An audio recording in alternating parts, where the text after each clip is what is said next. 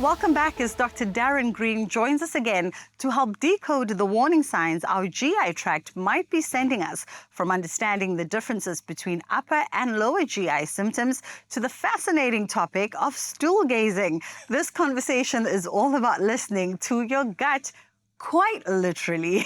How are you doing, Dr. D? I'm good. We're trusting our gut today, trusting the gut. We really are. Okay, I guess to get started, can you give us an overview of the gastrointestinal tract? Oh, sounds so It's so big. fancy, so long. The word is as long as the tract. GI, or the gastrointestinal tract, it starts with the lips and the mouth. It starts right here, you know, the opening where the food is inserted, and the upper and lower parts are divided up along that tract. So from the lips, the mouth, the back of the throat going down your esophagus into the stomach.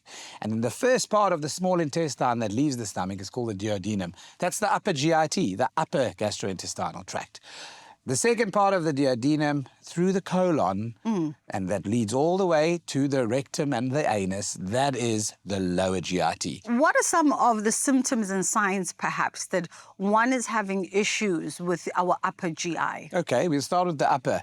Well, it's at the top. So, I mean, it's very close to after you've consumed anything. So if you think about it, often postprandial or after eating, you'll find some discomfort, a feeling of swelling, bloatedness, maybe a bit of gaseous feeling. You could have cramping, severe pain, and then the big one, reflux, heartburn.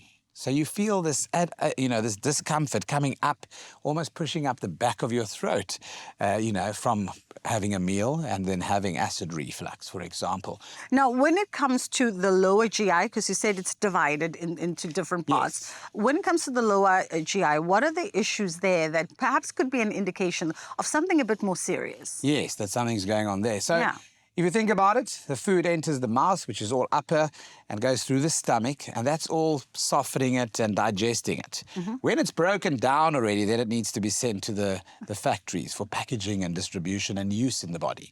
So when we get to the small intestine, past the duodenum, and we enter that lower GI tract, what happens then is that broken down food in liquid form gets absorbed by all the wonderful blood vessels that are plugged into that tract. And then it gets taken to the liver for breakdown. It gets taken, obviously, from the liver then to all the different body systems where it's utilized and needed. And then, so in that lower GIT tract, you can imagine, that's where absorption occurs. So you could have things like cramping. You could have changes to your stool. In other words, the formation of your stool can become runny. It can become constipated. You could have a spastic colon. You could have cramping and colicky pain. And then you could also have things in that tract that cause obstruction, for example, where the pressure builds up and then the colon actually bursts, a perforation. Along with that, obviously, you can imagine further down as it exits the body, you could have tears and bleeding, as well as things like hemorrhoids that could occur and other things like that. So, important to just visualize the map as you go through upper and then lower. In fact, stool gazing, that's something that a lot of us... Have you heard that term before today? Never heard it, never heard it. But I know that, one stool does say a lot about what's going on in your body. It tells a story. And certainly it does, and I know some people are grossed out by just the thought of going there, but I mean, we all have dogs, don't we? So, I mean, if we think about it, it tells a story, and stool gazing, like we gaze at the stars, means just having a look at what's in the toilet before you flush. And sometimes it can indicate something that you can do something about. So things that are useful to note are the presence of blood or slime or mucus. They could point to other things. Blood could point to things like fissures or hemorrhoids or even cancers or tumors of the gut, whereas mucus or slime could point to an infective process of things like dysentery in the gut. The changing of the stool consistency to a well-formed stool versus a runny stool, gastroenteritis, viral infections, bacterial infections, etc. of the gut. So there's so much you can tell by just looking. The color of the stool also makes a difference. There's certain medical conditions where very light stools could indicate something wrong with the liver and gallbladder, for example, in jaundice. So very important to not underestimate those things. Yeah, and interestingly enough, I mean, we chuckle about dogs, but those of us who have dogs, you often are stool gazing. You are. And if you have babies, you're stool gazing. You've got that skill. Just use it on yourself too. Right? Yeah. Let's talk about the importance of diet, Yes. Especially diet in just maintaining your body's overall GI, both the lower and the upper's health. Yeah, so that gastrointestinal tract, it needs you to just give it an opportunity to do what it does. Yeah. You are so resiliently and beautifully created to just survive. So just by giving it what it needs, drinking sufficient water in your day, for example, sleeping enough, exercising helps the bowel motion to move along the digested food, for example, and then having the balanced diet and what you put into this meat box plays a direct role on the different components of the GIT in terms of absorption of certain macro and micronutrients and trace elements.